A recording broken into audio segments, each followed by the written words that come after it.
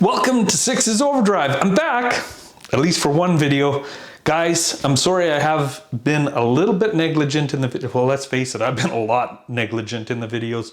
I haven't put out anything, I think, since October. Anyway, guys, for those of you that don't know me and came here because you wanted to see a review on a headset for your helmet, it's pretty simple. It's all about motorcycles and my personal life. I have over 200 videos. If you want to see more, make sure you check out all my other videos by hitting the subscribe button. Then you can go through and look at all the playlists. Some of them are entertaining, some of them are outright crap, let's face it. But today, we are going to be talking about something that I got in the mail, and that's the Cardo PackTalk Slim. This is the Duo. I'm selling half of it to another buddy of mine that I go riding with, but this is also the JBL edition. And the reason I'm doing this review, let's be honest, is because all you hear about in the pre-talk is JBL pumping up how good these speakers are and everything. But then when the reviewers actually review it, they talk about nothing to do with the audio. You know, they talk about how it connects and how the voice controls work. I don't care.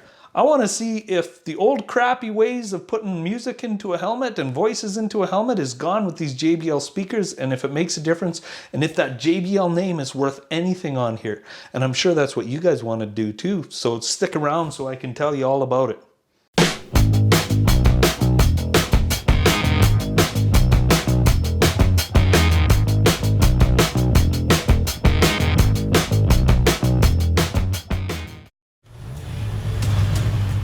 You ready to ride? Take the lead. I'll follow you.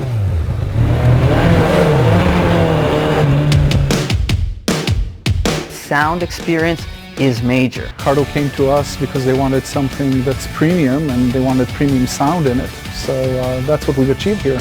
We basically tuned it to work specifically inside a helmet, in the environment where you're riding and there's wind noise. The goal was to create the ultimate listening experience for the rider. Okay, before we do any of this, the first thing I gotta do is, number one, I gotta clean the bugs off this helmet because they are caked on. And number two, we gotta get the Cena 20S out of there so that we can get this one back in.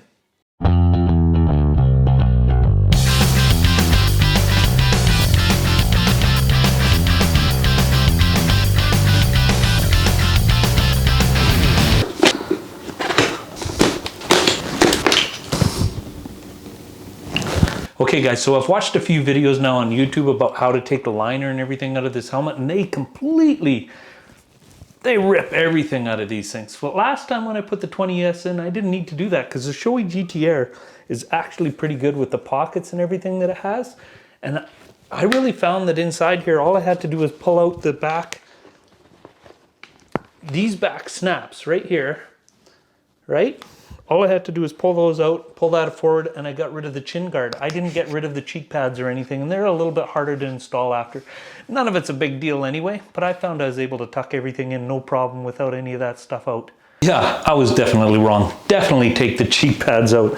It makes it a lot easier to run that mic up to the front. I forgot that in my 20S, I used the boom mic by accident, and then I was too lazy to ever change it. So you might want to take out the cheek pads. Easy enough. They'll pull the red tabs. Boom, boom. Done. Gone.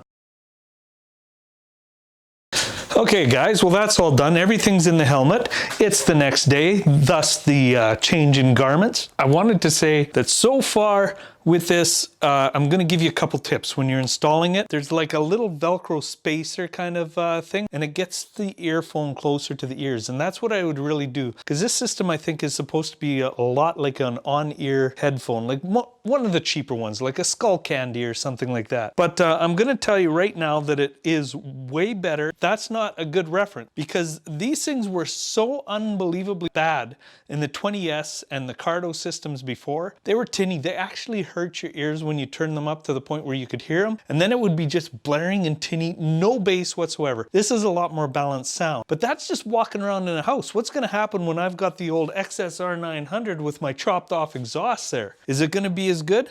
Like right now, we're not looking at a difference between the old one being say like a little JBL sound cube or sound box that I got compared to the stereo, my home stereo. We're more like looking like from a cell phone to one of those little JBL speakers. Now, I don't know if that's really gonna do it when you get on the road and you get 100 decibels running past your ears in this helmet. But we're gonna see. We've got everything tuned just right. I spent all my time last night, but I haven't had time to ride the bike. So let's get on the bike, see what that's all about, see if we can get a good test for you as to what this sounds like in the helmet while you're riding a machine.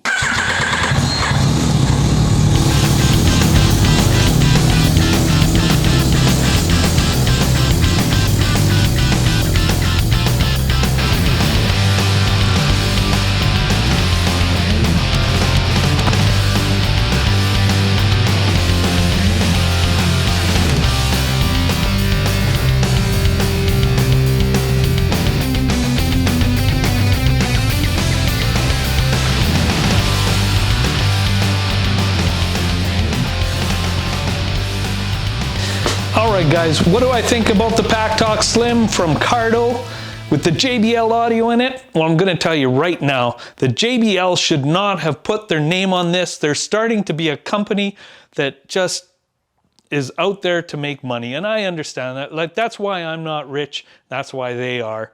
They know what they're doing probably when it comes to making money, but if you want a name to stand for something, this isn't the way to do it. Let me tell you something about this, guys.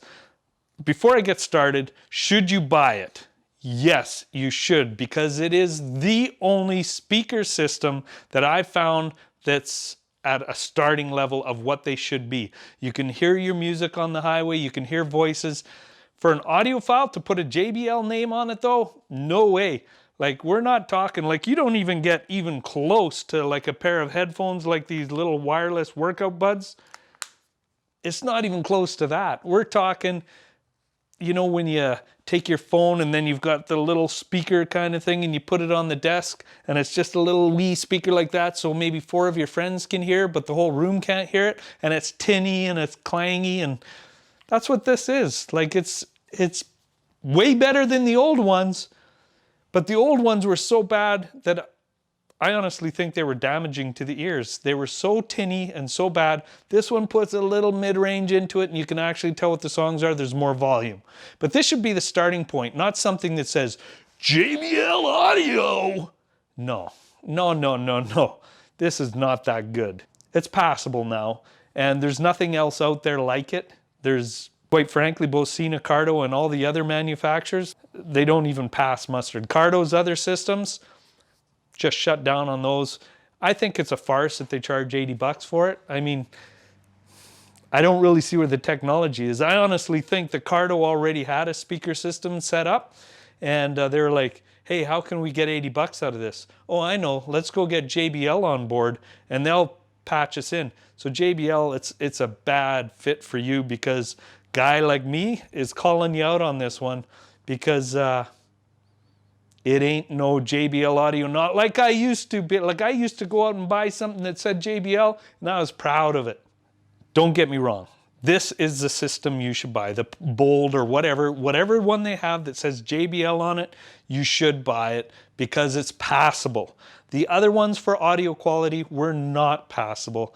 They were screeching in your ears. Music on the highway was impossible, especially if you ride a leader bike like I do and you're going 80 miles an hour or more at times. You can barely hear what's going on in them. You can't make phone calls, you can't do anything. This one you can now. Let me stress again, it's not good audio quality. This is not an audiophile system in any way. Don't let Cardo and JBL tell you that it is. One other thing I've got to tell you guys is you can still hear everybody in those old headsets a little bit as long as you're doing lower speeds, or if you have windshields on your bike and everything. So one of the most important considerations, I'm not telling you how each one is better, but if you've got buddies that ride with Sony sets, or you've got buddies that ride with Cardo sets, go with that brand that you're gonna ride with people the most. Because setting them up together, like Cardo and Sony together, you gotta go into a phone pairing mode. And by my personal experience, and I've done it a lot, it doesn't always work. And when it does work, it's glitchy. So it's a real pain in the butt, and it takes 25 minutes or a half an hour to get everything sorted out. And you'll be swearing a little bit when you try to get the thing together. So anyway, guys, if you want more honest reviews like that, why don't you hit that bell and subscribe to my videos, and you'll get to see more honest content that's not paid for in any way. I buy all my equipment for my work. So It's an unbiased review. This is the best audio. It shouldn't cost $80 more, but you're gonna have to suck it up, Buttercup. It's the only way to do it. So remember to share, like, comment, and subscribe. This is Six's Overdrive, and I'm out of here. Bye-bye. Can you believe it? That's how close I got to getting stuck in the rain. I literally just finished this review after parking my bike, and it's gonna rain. And they're expecting funnel clouds tonight. There's a funnel cloud warning here in Alberta. We're not in Texas anymore, Dorothy. Kansas? Texas?